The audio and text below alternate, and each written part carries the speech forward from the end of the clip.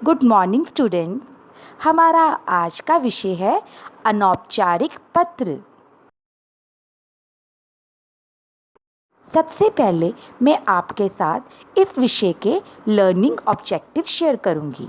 Student, अगर आप इस वीडियो को अच्छे से देखोगे तो आप वीडियो देखने के बाद खुद ही बता पाओगे कि अनौपचारिक पत्र कौन से होते हैं और आप अनौपचारिक और दूसरे पत्रों में अंतर भी बता पाओगे।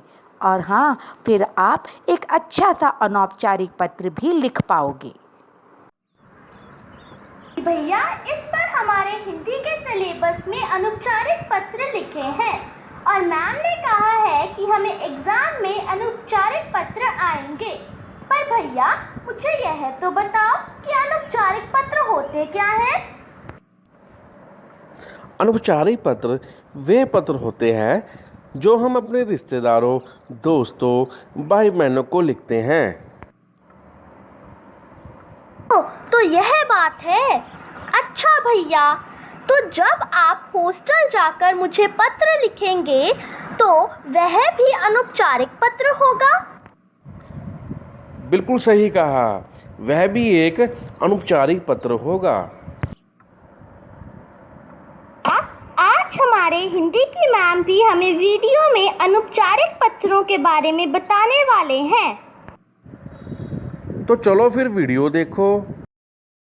स्टूडेंट्स, तो आपने सुना कि अनौपचारिक पत्र वे पत्र होते हैं जो हम अपने रिश्तेदारों, भाई बहनों या माता पिता को लिखते हैं। बच्चों, अनौपचारिक पत्र लिखते समय हमें कुछ बातों का ध्यान रखना चाहिए, जैसे कि पत्र में सरल स्पष्ट भाषा होनी चाहिए, पत्र पढ़ने वाले को समझ आ जाए कि हम क्या कहना चाहते हैं, और पत्र संक्षेप में लिखना चाहिए, उसमें अननेसेसरी डिटेल नहीं देनी चाहिए, क्योंकि आज के समय में सभी बहुत बिजी हैं, किसी के पास इतना टाइम नहीं कि वो इतनी लंबी लंबी चिट्ठियाँ पढ़े। इसलिए हमें पत्र में संक्षेप में बात लिखनी चाहिए और पत्र में कम से कम 2 पैराग्राफ होने चाहिए। हमें पत्र की शुरुआत left hand side margin line से करनी चाहिए और उसके बाद हमें जिसे पत्र लिखना है उसे उचित संबोधन करना चाहिए, जैसे प्रिय मित्र। हमें अपने से बड़ों के लिए आदरणीय, पूज्य, पूजनीय आदि शब्दों का प्रयोग करना चाहिए। अपने से छोटों और हम उम्र के लिए प्रिय शब्द का प्रयोग करना चाहिए। संबोधन के बाद हमें अभिवादन अर्थात विश भी करना चाहिए, जैसे सादर नमस्ते, सादर प्रणाम। अपने से बड़ों को अभिवादन करने के लिए सादर नमस्ते, सादर प्रणाम आदि लिखना चाहिए और अपने से छोटों और हम उम्र को अभिवादन करने के लिए बहुत बहुत प्यार या मधुर स्मृति आदि लिखना चाहिए। आइए अब अनौपचारिक पत्र का प्रारूप अर्थात फॉर्मेट देखें। बच्चों, पत्र की शुरुआत हम सबसे पहले left hand side margin line से करेंगे और हम वहाँ लिखेंगे परीक्षा भवन डैश डैश शहर।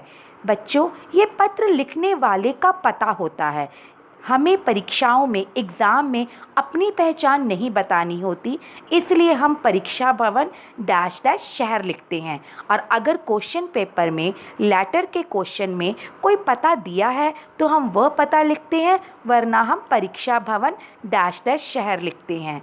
हम रूटीन में, क्लासेस में भी यही कहते हैं कि आप परीक्षा भवन डैश डैश शहर लिखिए, क्योंकि ऐसा करने से आपको अभ्यास हो जाएगा, आपको याद रहेगा कि आपको एग्ज़ाम में परीक्षा भवन लिखना है, अपना पता नहीं लिखना है। उसके बाद आप अगली लाइन में डेट लिखेंगे जिस दिन आप पत्र लिख रहे हैं। उसके बाद अगली लाइन में आप जिसे पत्र लिख रहे हैं उसे संबोधन करेंगे, जैसे प्रिय मित्र। उसके बाद अगली लाइन में सेंटर में आप अभिवादन करेंगे, जैसे बहुत बहुत प्यार। उसके बाद अगली लाइन के सेंटर से आप पत्र लिखना शुरू करेंगे। हम पत्र की शुरुआत में अक्सर ये लिखते हैं, मैं यहाँ कुशल हूँ और आशा है कि तुम भी वहाँ कुशल होगे। उसके बाद हम पत्र लिखने का कारण बताते हैं और फिर पत्र पूरा होने पर हम अंत में ये लिखते हैं, मेरी तरफ से बड़ों को प्रणाम और छोटों को प्यार। उसके बाद हम अंत में left hand side margin line के साथ पत्र पाने वाले के साथ हमारा जो रिश्ता होता है, हम उस रिश्ते के अनुसार शब्द लिखते हैं, जैसे तुम्हारा मित्र। और उसके बाद हम अपना नाम नहीं लिखेंगे, हम क ख ग या डैश डैश लिखेंगे। आइए अब एक एग्ज़ाम्पल देखते हैं कि अगर आपको क्वेश्चन में नाम या कोई पता दिया हो तो आपने उसे कैसे यूज़ करना है। जैसे देखिए, अभिनव को दिल्ली कॉलेज ऑफ इंजीनियरिंग में प्रवेश पाने में मिली सफलता पर निखिल की ओर से बधाई पत्र। तो शुरुआत में आपने लिखेंगे, परीक्षा भवन डैश डैश शहर 23 मई 2020। उसके बाद प्रिय अभिनव लिखेंगे, आप मित्र या भाई नहीं लिखेंगे क्योंकि आपको अभिनव नाम दिया गया था। उसके बाद आप लिखेंगे बहुत बहुत प्यार। फिर वही शुरुआत की कि मैं यहाँ कुशल हूँ और आशा है कि तुम भी वहाँ कुशल होगे। उसके बाद अंत में लिखा गया है, मेरी तरफ से बड़ों को प्रणाम और छोटों को प्यार। उसके बाद अंत में लिखा है, तुम्हारा मित्र। तुम्हारा मित्र के बाद अब अंत में आप क ख ग या डैश डैश नहीं लिखेंगे, आप निखिल नाम लिखेंगे क्योंकि आपको क्वेश्चन पेपर में क्वेश्चन में निखिल नाम दिया गया था। स्टूडेंट, आपको क्वेश्चन पेपर में क्वेश्चन में कोई नाम कोई पता दिया है तो उसे आपको अपने लेटर में यूज़ करना ज़रूरी होता है। अगर आप यूज़ नहीं करेंगे तो आपके अंक कट सकते हैं। स्टूडेंट्स, हमें आशा है कि आप पत्र लिखते समय इन सब बातों का ध्यान रखेंगे और अच्छे अच्छे पत्र लिखेंगे और पत्र लेखन का अभ्यास करेंगे। तो चलिए अब पत्र लेखन का अभ्यास करते हैं। आपको एक पत्र लिखने के लिए देते हैं। अपने विद्यालय द्वारा शुरू की गई ऑनलाइन कक्षाओं के महत्व और अपने अनुभवों के बारे में बताते हुए दिल्ली में रहते अपने मित्र को पत्र लिखें। पत्र लिखने के बाद अपने पत्र की इवैल्यूएशन, उसका मूल्यांकन अब स्वयं करिए। देखिए कि आपने पत्र सही लिखा। इसके लिए हम आपके साथ सक्सेस क्राइटेरिया चेकलिस्ट शेयर करेंगे ताकि आप पता कर सकें कि क्या आपने जो पत्र लिखा वह सही है। तो चेक करिए कि क्या आपने अपने पत्र में लिखने वाले का पता, तिथि लिखी।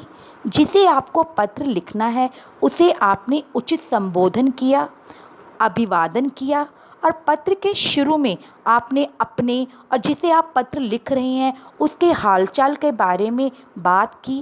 क्या आपका पत्र कम से कम 2 पैराग्राफ में है? आपने पत्र के अंत में बड़ों को प्रणाम और छोटों को प्यार लिखा। क्या आपके पत्र में लिखी बातों में तालमेल है? क्या आपने पत्र में जो वर्ड्स लिखे हैं उनके स्पेलिंग्स ठीक हैं? मुझे आशा है कि आपने इन सभी बातों का ध्यान रखा होगा और आपने एक अच्छा पत्र लिखा होगा और आप आगे भी इन सब बातों का ध्यान रखेंगे और अच्छे अच्छे पत्र लिखेंगे।